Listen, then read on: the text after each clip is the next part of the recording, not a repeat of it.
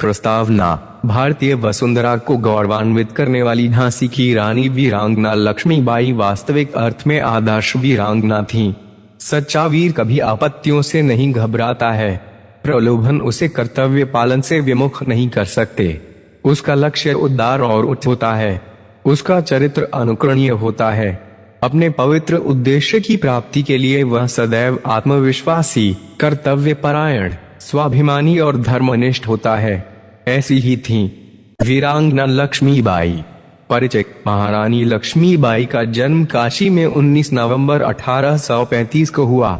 इनके पिता मोरोपंत तांबे चिकनाजी अपा के आश्रित थे। इनकी माता का नाम भागीरथी बाई था।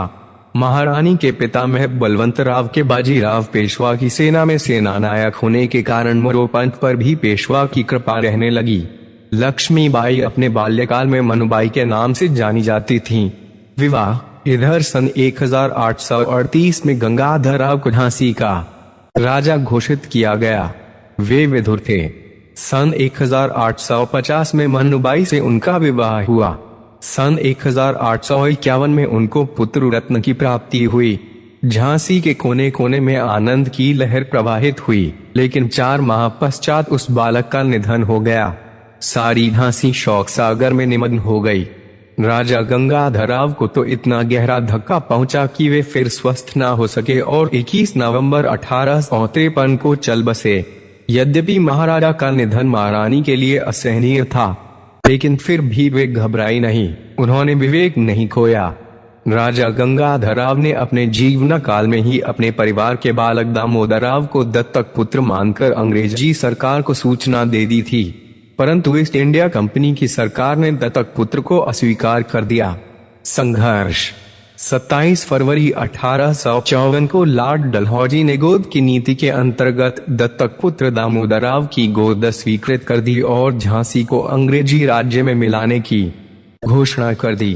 पॉलिटिकल एजेंट की सूचना पाते ही रानी के मुख से यह वाक्य प्रस्फुटित हो गया, मैं अपनी झांसी नहीं दूंगी। 7 मार्च 1854 को झांसी पर अंग्रेजों का अधिकार हुआ। झांसी की रानी ने पेंशन अस्वीकृत कर दी व नगर के राजमहल में निवास करने लगी। यहीं से भारत की प्रथम स्वाधीनता क्रांति का बीज प्रस्फुटित हुआ। अंग्रेजों की राज्य लिप्सा की नीति से उत्तरी भारत के नवाब और राजे महाराजे असंतुष्ट हो गए और सभी में विद्रोह की आग भभक उठी। रानी लक्ष्मीबाई ने इसको स्वर्ण अवसर माना और क्रांति की ज्वालाओं को अधिक सुलगाया तथा अंग्रेजों के विरुद्ध विद्रोह करने की योजना बनाई। नवाब वाजिद अली शाह की बेगम हजरत महल, अंतिम मुगल सम्राट की बेगम जीनत महल, स्वयं मुगल सम्राट बहादुर शाह, नाना साहब के वकील अजीमुल्ला शाहगढ़ के राजा, वानपुर के राजा मर्दन सिंह और तात्या टोपे आदि सभी महारानी के इस कार्य में सहयोग देने का प्रयत्न करने लगे। विद्रोह। भारत की जनता में विद्रोह की ज्वाला भभक गई। समस्त देश में सुसंगठित और सुदृढ़ रूप से क्रांति को कार्यान्वित करने की तिथि 31 मई 1857 निश्चित की गई, लेकिन इससे पूर्व ही क्रांति की ज्वाला प्रज्वलित हो गई और 7 मई 1857 को मेरठ में तथा 4 जून 1857 को कानपुर में भीषण विप्लव हो गए। कानपुर तो 28 जून 1857 को पूर्ण स्वतंत्र हो गया। अंग्रेजों के कमांडर सर ह्यूरोज ने अपनी सेना को सुसंगठित कर विद्रोह दबाने का प्रयत्न किया। उन्होंने सागर, गढ़कोटा, शाहगढ़, मदनपुर, मड़खेड़ा, वानपुर और तालबेहट पर अधिकार किया और निशंसतापूर्ण अत्याचार किए। फिर झांसी की ओर अपना कदम बढ़ाया और अपना मोटा कैमासन पहाड़ी के मैदान में पूर्व और दक्षिण के मध्य लगा लिया।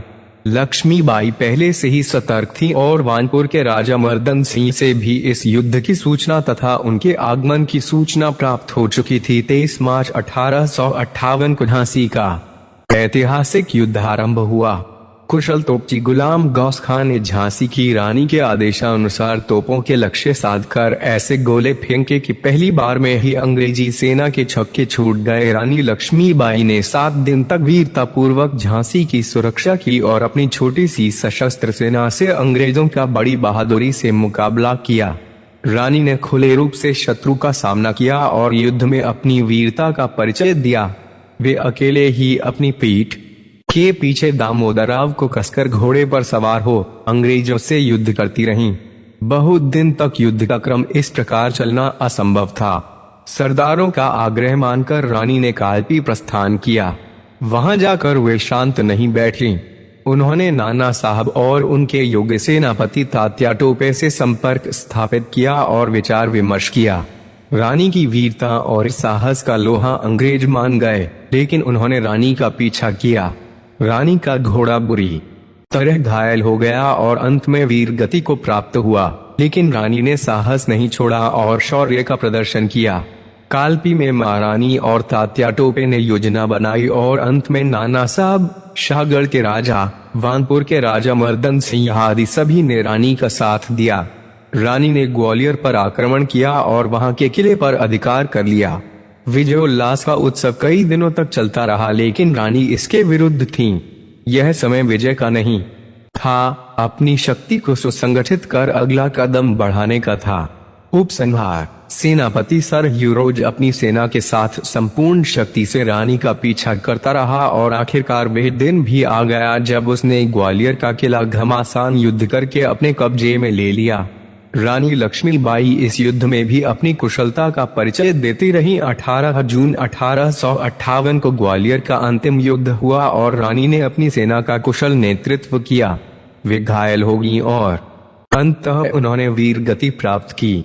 रानी लक्ष्मीबाई ने स्वातंत्र्य युद्ध में अपने जीवन की अंतिम आहुति देकर जनता जनार्दन को चेतना प्रदान की और स्वतंत्रता के लिए बलिदान का संदेश